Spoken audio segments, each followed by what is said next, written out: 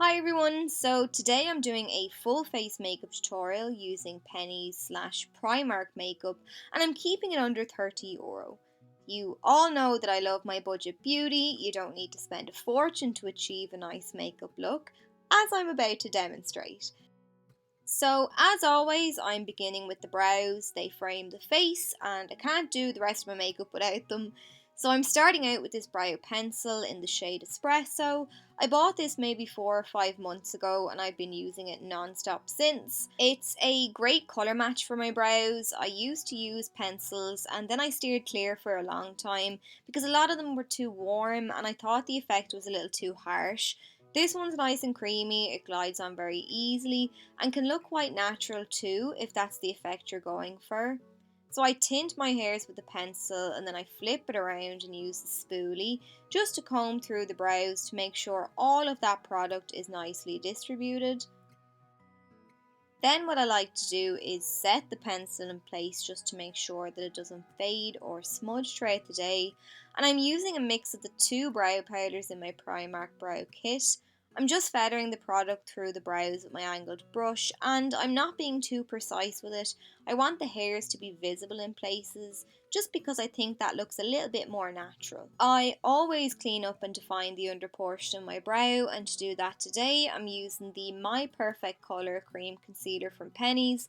This product is new to the range and it's fantastic. I really like using a cream concealer for this step because I have much more control than, let's say, if I used a liquid, which is important when you're trying to do a bit of precision work. You want to make it as easy as possible for yourself. As usual, I've tan on everywhere except for my face because I prefer to darken my foundation to match the rest of my body due to the fact that I'm prone to breakouts. My foundation of choice is the My Perfect Colour Foundation in the shade Light Beige, and I'm just adding this onto the skin before I go in and buff it out with my blending brush. I had just applied my tan before the video and it always looks quite red on application, so don't mind that, it does calm down. Similarly, the foundation isn't a match for the tan I'm wearing. I actually picked up two shades, Toffee and this one Light Beige, but I'm wearing a lighter foundation just because I want to bronze up the skin later on.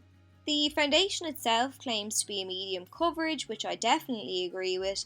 The formula isn't really fluid, so I'm working in small sections. It's something that I do anyway because medium to full coverage foundations are my preference. So I'm just applying and blending until I cover my whole face. And then I like to go back in and add a touch more foundation in the areas that I feel that I need more coverage. So for me at the moment that's my chin. I'm reapplying and blending again, and as you can see the foundation leaves a nice sheen to the skin. It's got a semi-matte finish which is really lovely. I'm going back in with my concealer now and I'm using a small pointed brush to add the product under my eyes to brighten up those areas. Then I go back in with my foundation brush and I pounce over the edge of the concealer just to make sure that it blends in nicely with the foundation. As well as adding the concealer to under my eyes, I'm adding it down the centre of the face, so down the nose and the forehead to brighten up those areas. I'm avoiding the chin because I have blemishes there and I don't want to emphasise them further. To set my liquid and cream products in place, I'm taking the Primark contour kit and I'm using the lightest shade to do so.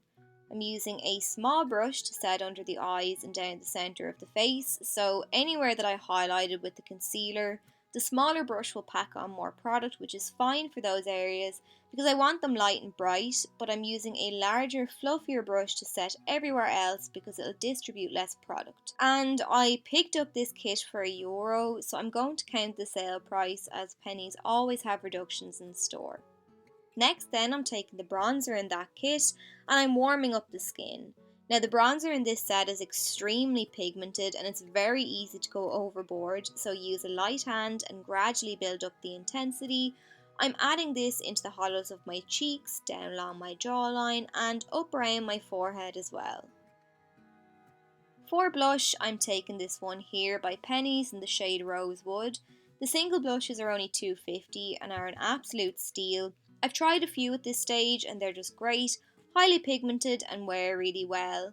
So I'm just adding the blush to the apples of my cheeks and then I'm blending the colour back into the bronzer.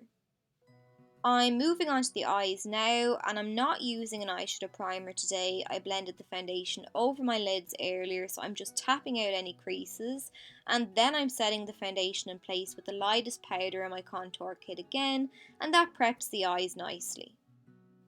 Today I'm using the Master Eye palette. I can't get enough of these palettes. I'm using this particular one today because of the tones inside.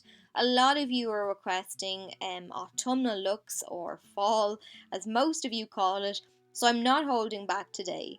I'm beginning with a vibrant orange, and I'm using this as my transitional shade, so I'm blending it into the crease and down slightly on the outer third of the lid. I'm adding the shadow a couple of times to build up the intensity, and then I'm smoking some of that orange down along the lower lash line too, making sure to connect it up on the outer corner. To add some depth, I'm going in with this brown here.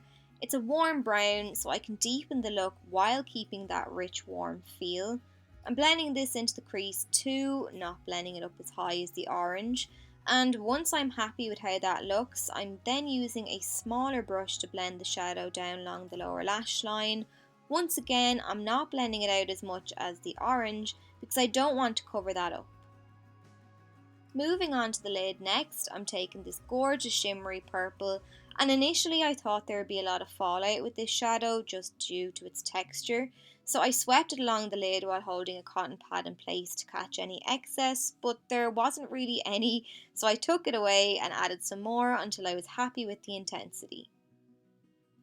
Next then, I'm picking up some of this shimmery cranberry shade on a flat C-shaped brush, and I'm pressing this down next to the purple, and I'm not bringing this all the way across the lid. I'm leaving a bit of skin bare on the inner corner for no reason other than I just like how it looks, and then I'm going back in with my fluffy blending brush with no additional product on there, and I'm just blending the edges of those lid colours into the crease. Usually what I do to the top I do to the bottom, but I didn't want to continue the pattern down along the lower lash line, so instead I'm taking a small amount of brown eyeshadow and running this along there just to deepen things slightly. Penneys actually do custom eyeshadow palettes now. This is one I built a while ago, and you all know who I like to have a black in a palette, and there's none in the Master series, so I'm taking their single shadow called Carbon to add some further depth. The single eyeshadows are only €1 a pop, so an absolute steal. As usual, I'm keeping the darkness to the outer third of the eye. For lashes, I'm using one of my favourite styles, the Sultry lashes.